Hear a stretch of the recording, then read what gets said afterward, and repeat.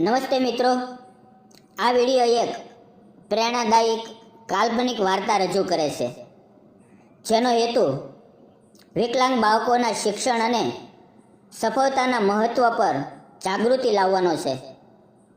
આ વાર્તા કોઈ વ્યક્તિ, સમુદાય કે સંસ્થાને ઠેસ પહોંચાડવાના ઈરાદે બનાવવામાં આવી નથી.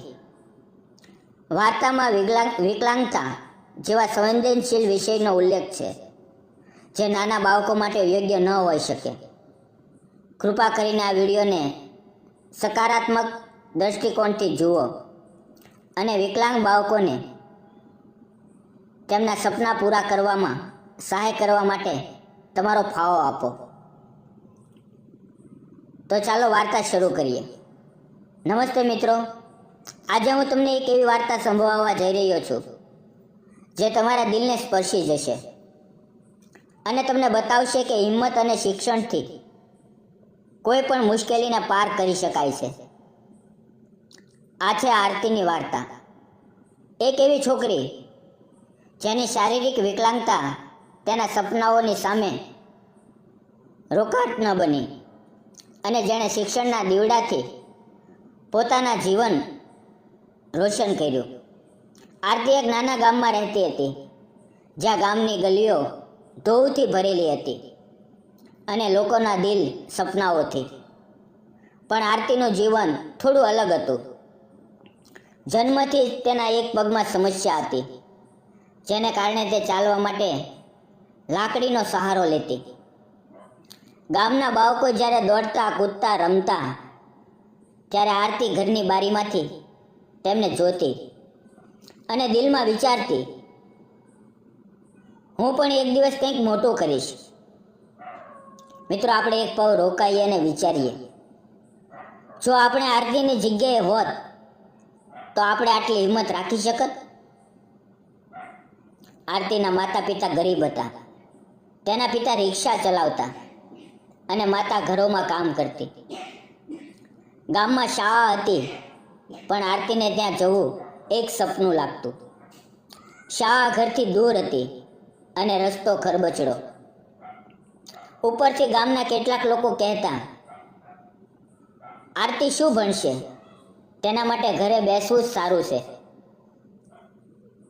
આ વાતો આરતીના નાનકડા દિલને દુભાવતી, પણ તે ચૂપચાપ એક નાનકડી નોટબુકમાં ગણતરી અને ચિત્રો બનાવતી રહેતી. આરતીને ચિત્રો બનાવવાનો ખૂબ શોખ હતો. તે ઘરની દિવાલો પર, નોટબુકમાં અને ક્યારેક તો ધૂળમાં પણ આંગળીથી ચિત્રો દોરતી. તેના ચિત્રોમાં એક અજાણી ઝંખના હતી, એક એવી દુનિયાની જ્યાં તે મુક્તપણે દોડી શકે, ભણી શકે અને કંઈક મોટું કરી શકે. મિત્રો, અહીં એક સવાલ તમારા માટે: શું તમે ક્યારેય કોઈ એવા બાળકને મળ્યા છો જેની પાસે સપનું તો હોય, પણ તેને પૂરું કરવાની તક ન હોય? કોમેન્ટમાં જરૂર જણાવજો. એક દિવસ ગામમાં એક એનજીઓની ટીમ આવી. તેમનું નામ હતું આશા ફાઉન્ડેશન, અને તેઓ વિકલાંગ બાળકો માટે શિક્ષણ અને સહાયના કાર્યક્રમો ચલાવતા હતા. ટીમની એક સભ્ય સુનીતા દીદી આરતીના ઘરે આવી. તેણે આરતીની નોટબુકમાં દોરેલા ચિત્રો જોયા અને આશ્ચર્યચકિત થઈ ગઈ. આરતી, તારામાં અદ્ભુત પ્રતિભા છે. તું શાળામાં કેમ નથી જતી? તેણે પૂછ્યું.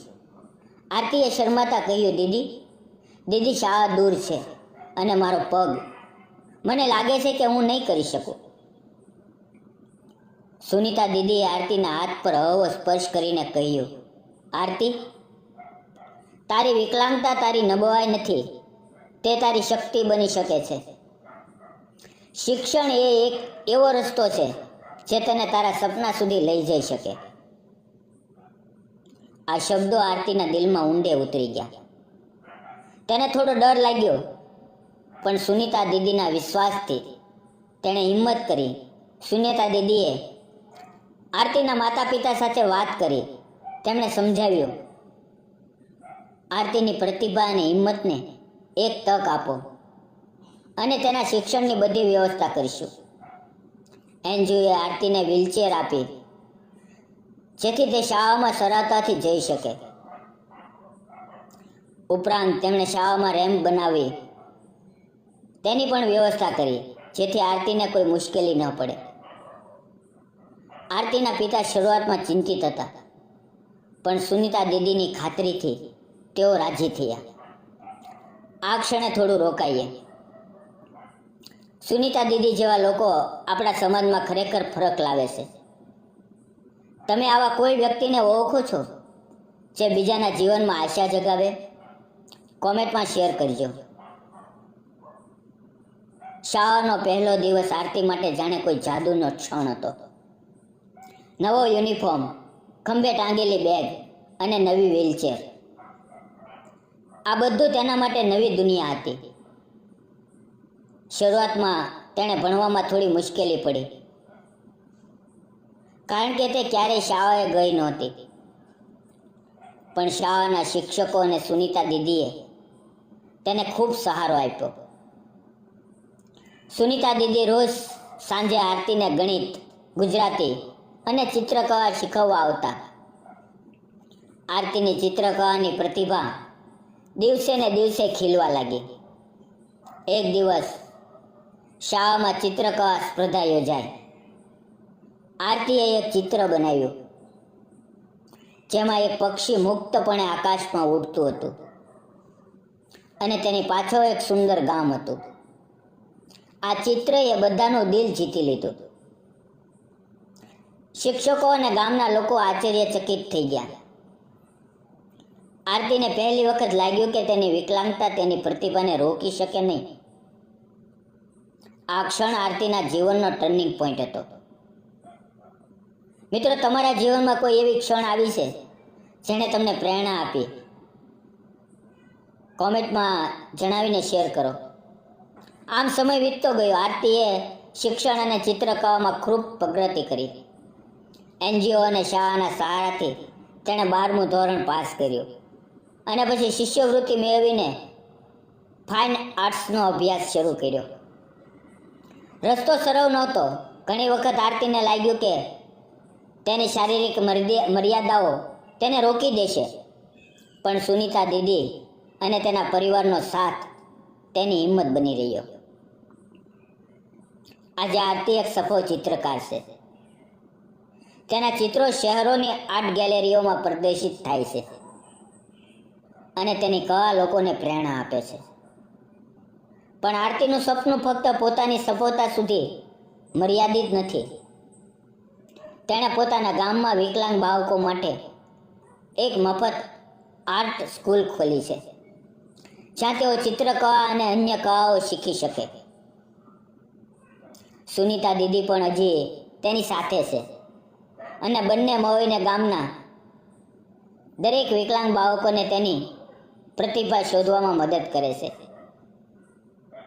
આરતીના માતા પિતા આજે તેના પર ગર્વ અનુભવે છે અને આરતી સુનીતા દીદીની હૃદયથી આભારી છે, જેણે તેના જીવનમાં આશાનો દીવો પ્રગટાવ્યો.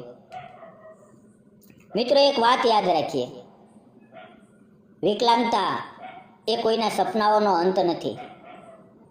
શિક્ષણ અને હિંમતથી દરેક બાળક પોતાનું આકાશ રચી શકે છે. આપણે બધાએ મળીને વિકલાંગ બાળકોને તેમના સપના પૂરા કરવામાં સહાય કરવી જોઈએ. મિત્રો, એક નાનકડી શરૂઆત પણ મોટું પરિવર્તન લાવી શકે છે. આરતીની આ વાર્તા આપણને શું શીખવે છે? શિક્ષણ અને પ્રતિભા કોઈ મર્યાદાઓને ઓળંગી શકે છે. આપણા સમાજમાં ઘણા આરતી જેવા બાળકો છે જેને ફક્ત એક તકની જરૂર છે. શું તમે આવા કોઈ બાળકને મદદ કરવા માંગો છો?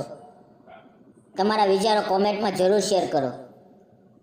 જો તમને આ વાર્તા ગમી હોય તો લાઈક કરો, શેર કરો અને અમારી ચેનલને સબસ્ક્રાઈબ કરવાનું ન ભૂલો. મિત્રો, બેલ આઇકન દબાવો જેથી નવા વિડીયોની નોટિફિકેશન તમને મળે. આગળના વિડીયોમાં કઈ વાર્તા સાંભળવા માંગો છો? કોમેન્ટમાં જણાવો અને તમને આ વાર્તામાંથી શું ગમ્યું તે પણ અમને જણાવશો. તમારા વિચારો મારી માટે ખૂબ મહત્ત્વના છે મિત્રો. અને જો તમે આ વિડીયો દિવાળી ઉપર જોઈ રહ્યા છો તો સૌ મિત્રોને દિવાળીની શુભકામનાઓ. ફરી મળશું મિત્રો આવતીકાલે એક નવા વિડીયોમાં. ત્યાં સુધી આવજો. ધન્યવાદ મિત્રો.